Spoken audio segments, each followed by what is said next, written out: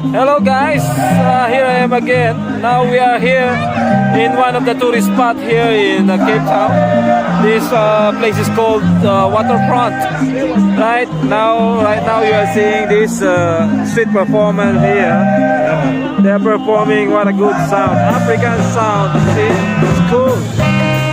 Very nice sound. Alright, woo. That's very good sound, everyone. As you can hear. Yes. This guy. What a very good sound, huh?